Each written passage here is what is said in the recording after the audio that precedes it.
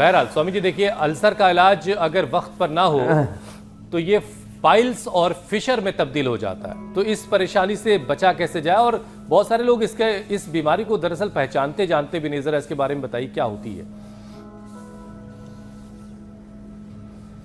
जब जहाँ से लैट्रिन पास होता है उसको एनस बोलते हैं, गुदा के पास, वहाँ जब कोई ऐसे मोटा सा निकल आता है तो शुरू में तो आदमी डरता है ये हो क्या गया।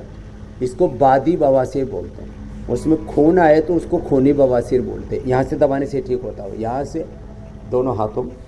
और उसमें जब चीरा पड़ जाए तो उसको फीसर बोलते हैं। मस्सा होना बादी बवासीर, खून निकलना खूनी बवासीर, उसमें चीरा लग जाए उसको फीशर, और एक फिर नली सी तैयार हो जाती है उसको फिस्टूला भगंदर बोलते हैं। यहाँ से दबाने से ठीक हो जाते हैं सारे। यहाँ से दबाएं और टखने के नीचे यहाँ से दबाएं। जब हम हरिद्वार में आए तो एक वैद्य जी थे, पता नहीं 80-90 साल पुराने, किसी का भी पेट गड़बड़ हो यहाँ से ऐसे दबा देते थे और काफ़ी लोग तो इसी से ठीक हो जाते थे। ये तो एक बहुत पुराने वैद्य की बताई हुई विद्या हम आपको बता रहे। ऋषियों की विद्या लुप्त प्राय हो गई, एक ने दूसरे को बताई नहीं, और फिर लोगों ने इसकी अनदेखी की। अरे इससे कैसे ठीक होगा, अरे क्यों ठीक होगा। मैं तो कहता हूँ सामान्य रूप से 1 कप ठंडा दूध गर्म करके ठंडा कर लो, धारोषण तो कहाँ मिलेगा, धार ही नहीं मिलती। तो अब ठंडे दूध में नींबू निचोड़ के पी लो, बवासीर ठीक, खूनी भी बादी भी।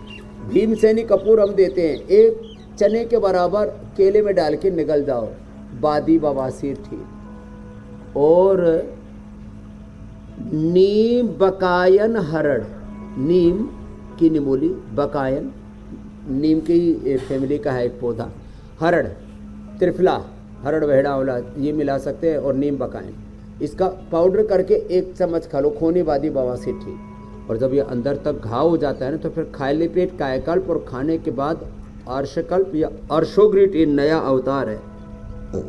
इससे खूनी बादी बवासीर, फिसर, पायस फिसर, फिस्टूला तीनों ठीक।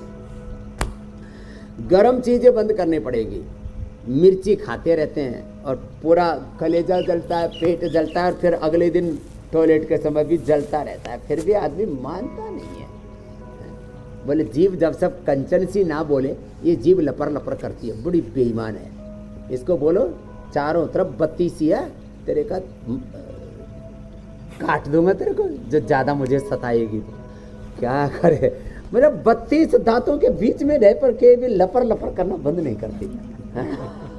चारों तरफ दुश्मनों से घिरी भी है, दोगली कहीं की। ये 2 काम करती है, बोलती भी है, माने कर्मेंद्रिय भी है और ये ज्ञानेंद्रिय भी है। बोल रस भी लेती है तो ज्ञान होता है रस का, और बोलती भी बकबक बहुत करती है, बकबक करके पिटती है और चटपट खा करके रोगी होती है, दांतों के बीच में छुप जाती है। हाँ, अच्छा स्वामी जी देखिए, पैरालिसिस हो गया था इसे तरसिंह को, अब पूरा ठीक होके बैठा है।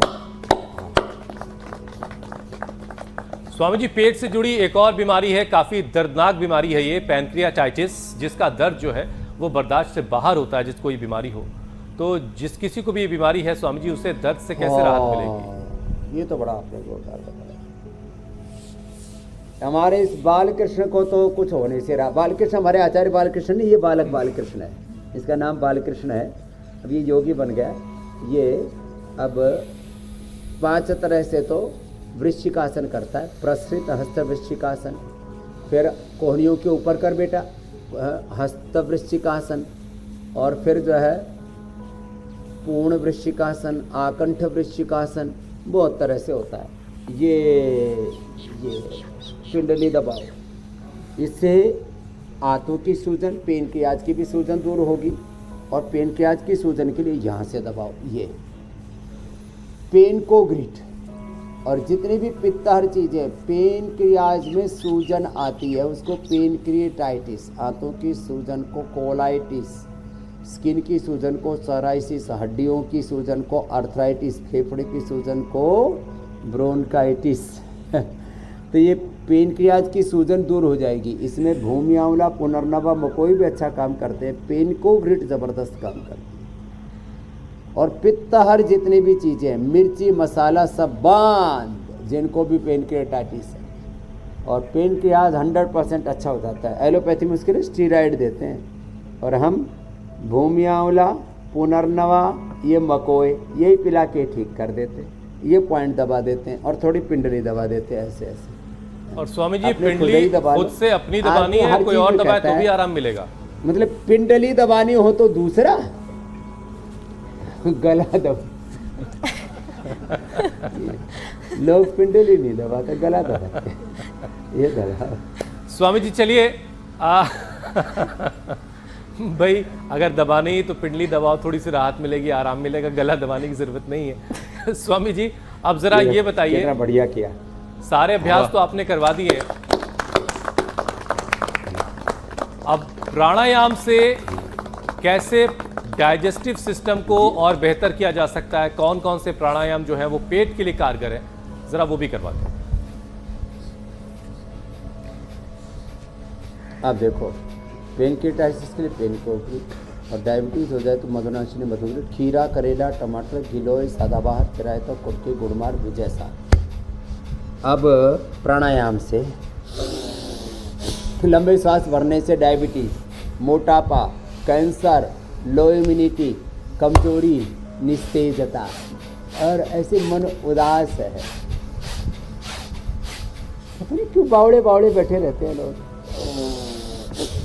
भस्त्रिका करो, उत्साह में जियो, कभी भी अपने आप को अकेला महसूस मत करो। और धूप में बैठे बैठे तेजी से करोगे ना तो किसी को तो नाक में नक्सीर जैसी आ जाती है, तो शीशम के पत्ते और ये पीपल के पत्ते डाल लो, नक्सीर बंद हो जाती है। रही मारा दही पी लो, दही में मक्खन निकलने से पहले पी लेना खाली पेट। मेरे को बचपन में आती थी, आज से करीब 45-50 साल पहले।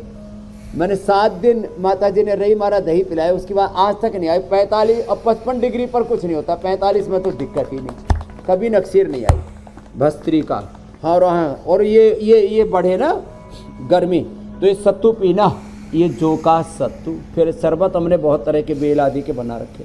जौ का दलिया, जौ का आटा खाना, लौकी का जूस पीना, पेठे का जूस पीना, और ये वाटरमेलन, खरबूजा, तरबूजा, ये सब खाओ, साग सब्जियाँ।